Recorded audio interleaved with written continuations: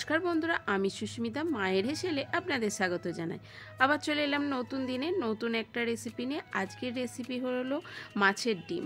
আশা করি আপনাদের এই মাছের ডিমের রেসিপিটা আজকে খুবই ভালো লাগবে, আর বানানো কিন্তু একদম সহজ। আর বাজারে কিন্তু খুবই এখন মাছের ডিম পাওয়া যাচ্ছে। আমি মাছের ডিম নিয়ে নিয়েছি। দেখুন, এখানে মাছের ডিমটা কালো আপনাদের মনে হবে, তা ফ্রিজে ছিল বলে কালো হয়ে গিয়েছে। তো এখানে দেখুন, এক পিস আমি মাছের ডিম নিলাম, এক পিস নিয়েছি আর আরেক পিসের হাফ নিয়েছি। নিয়ে ভালো করে এখানে কিন্তু একটু ম্যাশ করে নিতে হবে হাতে করে। মাছের ডিমটা ভালো করে এখানে ফাটিয়ে নিতে হবে। এই মাছের ডিমের রেসিপিটা এতটাই সুন্দর আর বানানো কিন্তু বেশ সহজ। এইভাবেই বানিয়ে নিলে কিন্তু রাতে রুটি দিয়েও খেতে পারবেন ও ভাত দিয়েও খেতে পারবেন এই রেসিপিটা। আর ছোট থেকে বড়রা সবাই কিন্তু পছন্দ করবে। আর বানানো কিন্তু খুবই ঝটপট হয়ে যায়। দেখুন, আপনাদের সঙ্গে কথা বলতে বলতে এখানে মাছের ডিমটা ভালো করে কিন্তু ম্যাশ করা হয়ে গেল।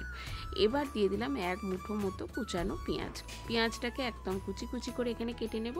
আর বেশ দুটো তিনটে মতো কাঁচা লঙ্কা এইভাবে কুচিয়ে নিয়েছিলাম। তবে কাঁচা লঙ্কাটা আপনাদের স্বাদ অনুযায়ী এখানে দিয়ে দেবেন।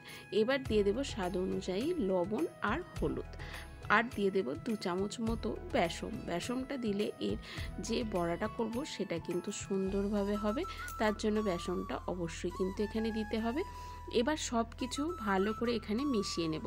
আপনারা এখানে কিন্তু লঙ্কার গুঁড়ো, লাল লঙ্কার গুঁড়োও ব্যবহার করতে পারেন, তবে আমি লাল লঙ্কার গুঁড়োটা খাই না বলে এখানে কিন্তু আমি ব্যবহার করিনি। ভালো করে সব কিছু মিশ্রণটা ভালো করে কিন্তু মেশাতে হবে। না মেশালে বেসনের যে দানা ভাব কিন্তু এখানে থেকে যাবে, তবে মুখে পড়লে তখন কিন্তু ভালো লাগবে না। তার জন্য সুন্দরভাবে এখানে ফাটিয়ে নিতে হবে। এবার আমি গ্যাসটাকে অন করে দিয়ে কড়াই চাপিয়ে দিয়ে সামান্য একটু সর্ষের তেল গরম করতে দিয়ে দিলাম। ভালো করে কড়াইয়ের গায়ে প্রথমে এরা মাখিয়ে নিতে হবে, তাহলে কিন্তু পরে এই মাছের ডিমটা উল্টাতে খুবই সুবিধা হবে। ভালো করে মাছের ডিমটা এবার আমি দিয়ে দিলাম ওই তেলের মধ্যে। আপনারা একটা বড় কোনো জায়গাতেও এটা করে নিতে পারেন, তবে কড়াইয়ে করেছি, কড়াতে কিন্তু বেশ হয়েছিল। এইভাবে একটু চাড়িয়ে চাড়িয়ে একটু বড় করে বড়াটা করে নিতে হবে, আর সুন্দরভাবে কিন্তু ফুলেও যাবে। যত ভালো করে এই যে বেসন দিয়ে এই মাছের ডিমটাকে ফাটাবেন, তাহলেই কিন্তু সুন্দরভাবে বেশ ফুলে উঠবে। এবার লো ফ্লেমে এইভাবেই রেখে দিতে হবে ঢাকা চাপা দিয়ে। এক পিঠ দেখুন হয়ে গেছে। এবার আমি আর এক পিঠ এইভাবেই কিন্তু ধরে উল্টে দিলাম। আপনারা এই একটা খুন্তি দিয়ে যদি না উল্টাতে পারেন, তবে দুটো খুন্তি ব্যবহার করে এইভাবে উল্টে নেবেন। আবারও 5 থেকে 10 মিনিট মতো একদম লো ফ্লেমে বড়াটাকে আমি ভেজে নিলাম। এবার অন্য একটা প্লেটে আমি তুলে নিলাম এই বড়াটাকে। এবার ঠান্ডা করতে দিয়ে দেব। তবে এই সময় আমি এবার কি করব, কড়াইয়ে একটু সামান্য সর্ষের তেল দিয়ে দিলাম, আর দিয়ে দিলাম লবণ আর একটু হলুদ। আমি এই রেসিপিটা একটা আলু দিয়ে তৈরি করব।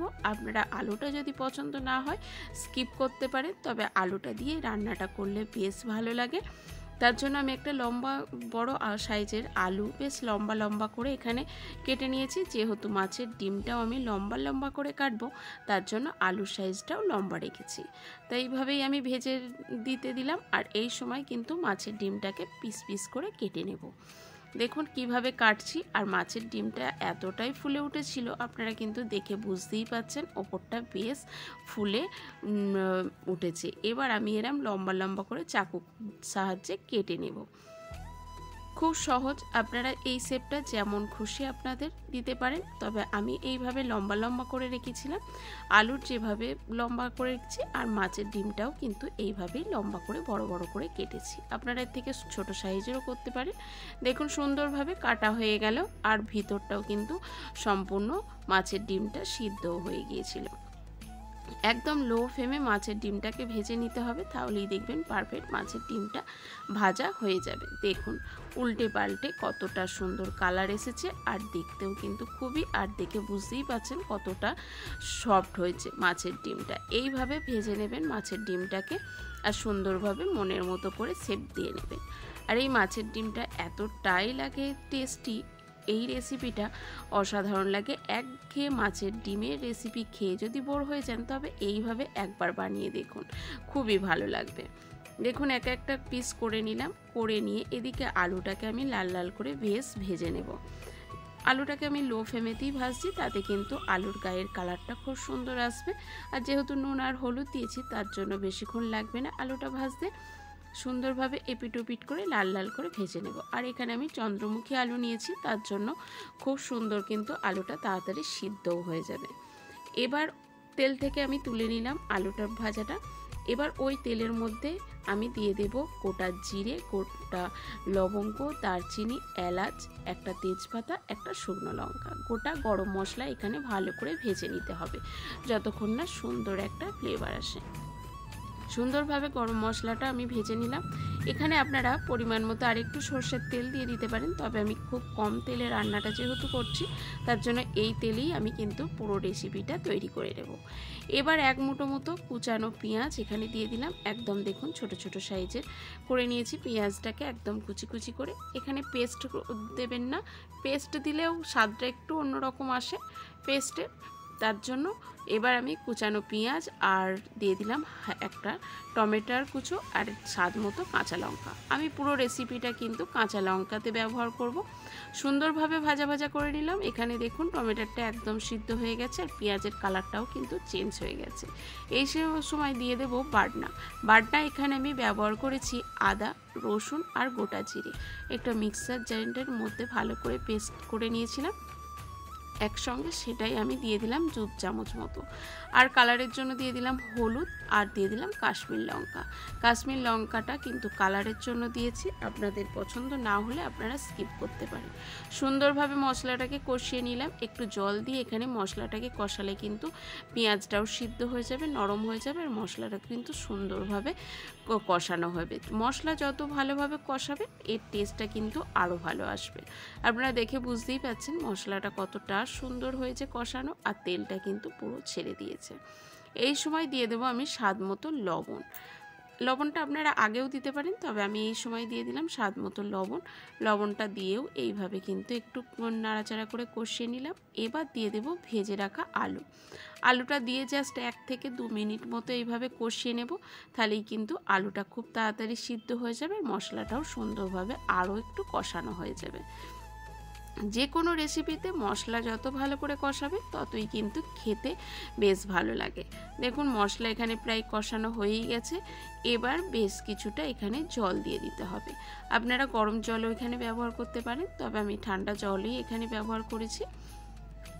বেশ একটু কিছু পরিমাণেই জলটা দিতে হবে, আপনাদের গ্রেভি অনুযায়ী এখানে জলটা ব্যবহার করবেন।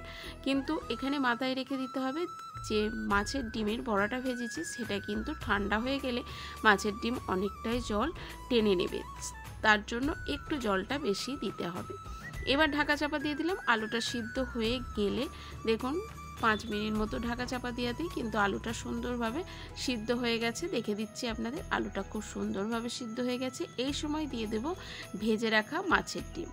একে একে মাছের ডিমগুলো এইভাবেই দিয়ে দেব। গ্রেভিটা কিন্তু আপনাদের পরিমাণ অনুযায়ী এখানে দেবেন, তবে এই রেসিপিটা একটু মাখা মাখা রসা মতো করলেই বেশ ভালো লাগে। সুন্দরভাবে দিয়ে দিলাম আর এইভাবে হালকা হাতে কিন্তু মাছের ডিমটাকে সুন্দরভাবে নাড়াচাড়া করে দিতে হবে, যাতে সম্পূর্ণ রেসিপিটা জলের মধ্যে এই মাছের ডিমটা ঝোলটা টেনে নিতে পারে। সেইটা মাথায় রেখে ভালো করে নাড়াচাড়া করে দিতে হবে আর ঢাকা চাপা দিয়ে দিতে হবে আরও 2 মিনিটের জন্য। দেখুন সুন্দরভাবে আমি জল যে রসার মধ্যে সেটা কিন্তু মাছের ডিমটা দিয়ে দিচ্ছি। আরও 2 মিনিট আমি চাপা দিয়ে দিলাম। 2 মিনিট পর ফিরে এলাম। দেখুন কতটা কালার চেঞ্জ হয়ে গেছে, মাছের ডিমগুলো অনেকটাই রসা টেনে নিয়েছে। সুন্দরভাবে এইভাবে নাড়াচাড়া করে নেব। এবার দিয়ে দেব গুঁড়ো গরম মশলা। শাহি গরম মশলা এখানে দিয়ে দেব আমি 1 চামচ মতো, ভালো করে এখানে দিয়ে দিলাম। এবার নাড়াচাড়া করে গ্যাসটাকে অফ করে দিয়ে ঢাকা চাপা দিয়ে দেব, যাতে এই যে গরম মশলাটা সেটা সম্পূর্ণ রেসিপিটার সঙ্গে মিশে যায় আর এর স্বাদ গন্ধে কিন্তু ভরপুর হয়ে যাবে। আর এইভাবেই একবার মাছের ডিম বানিয়ে দেখুন, কতটা সহজ বানানো আর খেতে কিন্তু ততটাই সুস্বাদু। আশা করি আজকের রেসিপিটা আপনাদের ভালো লাগলো, আর ভালো লাগলে অবশ্যই কমেন্ট করতে ভুলবেন না। আপনাদের এক একটা কমেন্ট আমাকে আরও উৎসাহ এনে দেয় নতুন রেসিপি আপনাদের সঙ্গে শেয়ার করার জন্য। আর সম্পূর্ণ ভিডিওটা দেখার জন্য ধন্যবাদ। ভালো থাকবেন, সুস্থ থাকবেন, দেখা হচ্ছে পরের রেসিপিতে।